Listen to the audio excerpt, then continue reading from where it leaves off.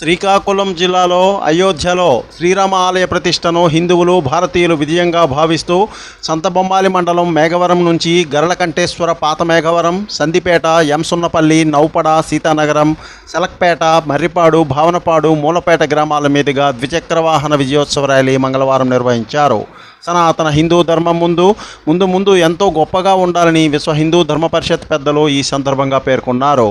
ఈ కార్యక్రమంలో మండల కార్యదర్శి గణపతి స్వామి, పరిమిళ్ళ వాడరేవు వాసు, తిరుపతిరావు, గేదెల శివారెడ్డి, సోమేష్, సత్యనారాయణ, నారంనాయుడు, వడ్డిపేట శ్రీను, స్వామి, గిన్నె గణపతిరావు, కుర్మారావు తదితరులు ఈ కార్యక్రమంలో పాల్గొన్నారు.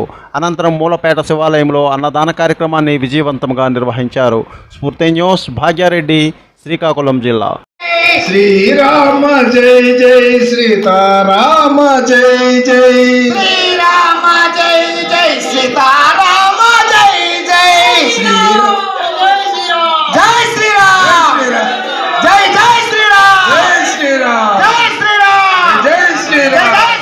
ఏలూరు జిల్లా జంగారెడ్డిగూడెం డివిజన్లోని చింతలపూడిలో సోమవారం తెలుగుదేశం పార్టీ నిర్వహించిన బహిరంగ సభను కవర్ చేయడానికి వెళ్లిన జంగారెడ్డిగూడెం పట్టణానికి చెందిన సీనియర్ పాత్రికేయుడు శంకర్రావు, రమణారావులపై దాడికి పాల్పడిన తెలుగుదేశం పార్టీ నాయకులు దెందులూరు మాజీ ఎమ్మెల్యే చింతమనేని ప్రభాకర్ పైన, వారి అనుచరులపైన చర్య తీసుకోవాలని ఐఎఫ్టియు జిల్లా అధ్యక్షుడు రమణ డిమాండ్ చేశారు.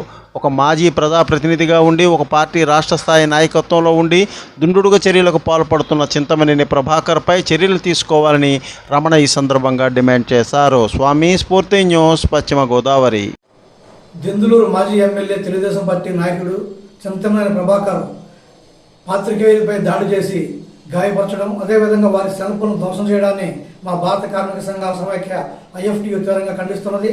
నిన్న తెలుగుదేశం పెట్టినటువంటి చింతలపూడిలో బహిరంగ సభకి కవరేజీకి అవకాశం వెళ్ళినటువంటి సీనియర్ పాత్రికేయులు రమణారావు గారు, అలాగే శంకర్రావు గారిపై వారు చాలా పెద్ద వయసు, అటువంటి సీనియర్ పాత్రికేయులపై దర్జన చేశారు. చింతమనేని ప్రభాకర్ ఆయన అనుచరులు కూడా తీవ్ర దాడి చేశారు. వారి సెల్ ఫోన్ లాక్కొని బద్దలు కొట్టారు. ఈ చర్యలు మేము తీవ్రంగా ఖండిస్తున్నాం. చింతమనేని ప్రభాకర్ గతంలో కూడా అనేక మందిపై దాడులు చేశారు.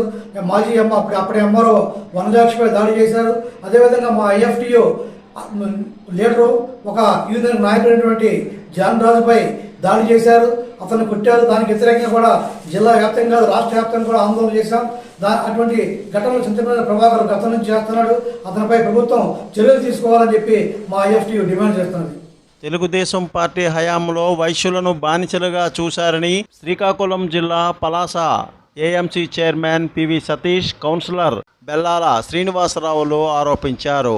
మంగళవారం నాడు ప్రగతి భవన్లో ఏర్పాటు చేసిన విలేకరుల సమావేశంలో వారు మాట్లాడారు. శివజ్యోతి, స్ఫూర్తి న్యూస్, పలాస. చెప్పినట్టు ఎంత అభివృద్ధి జరిగింది, ఏం అభివృద్ధి జరిగింది? ఇప్పుడు కూడా జగన్నాథ్ రోడ్లో ఉన్నాయి. అక్కడ ఒక బస్సు వస్తే సైకిల్ కూడా వెళ్తుంది ఇంకొక పక్క నుంచి. వన్ వే ట్రాఫిక్ నడుస్తుంది సోంపేట. ఈవేళకు కూడా నడుస్తుంది. ఇప్పుడు మన ప్రభుత్వంలో ఏమో కొట్టించుకుంటా వెడల్పు చేశారు కాబట్టి ఇంకా 2 బస్సులు ఇటు అటు తిరుగుతున్నాయి. కానీ ఆ గతంలో బస్సులు ట్రాఫిక్ అంటే చాలా ఇబ్బందులు పడిన. గాంధీ మండపం దగ్గర నుంచి బయటకు రావాలంటే పద్మవ్యూహం నుంచి బయటకు రావాలి. అటువంటి పరిస్థితులు మనందరం చూసాం. ఇవాళ మంచి జరుగుతుంది. మంచికి శ్లాఘించకపోయినా కనీసం మౌనంగానే ఉండాలని దయచేసి అందరం రిక్వెస్ట్ చేస్తున్నాను. ఈ అవకాశం ఇచ్చిన మీ అందరికి కూడా ధన్యవాదాలు. 1-2 కార్యక్రమాలు ఇబ్బందికరమైన కార్యక్రమాలు జరుగుతున్నాయంటే ఆ ప్రెస్ మీట్లో ఉన్న ఒకళ్ళ కుటుంబ సభ్యుల నుంచి అవుతుంది. దానికి సాక్ష్యాధారంతో నేను నిరూపిస్తాను. దానికి మీరు ఏం చేస్తారు? మీరు సిద్ధమా? సాక్ష్యాలు అడుగుతున్నారు కదా, నేను సాక్ష్యాలు ఇస్తాను. డేట్తో టైంతో సహా జరిగిన పర్యాలు నేను చెప్తాను. మీరు సిద్ధమా? దయచేసి ఆకాశంలో రాయేసి వీపు కాసే ప్రయత్నం చేయకండి. అన్ని సాక్ష్యాధారాలు మాది ఉన్నా సరే మాకు అవసరం లేదు.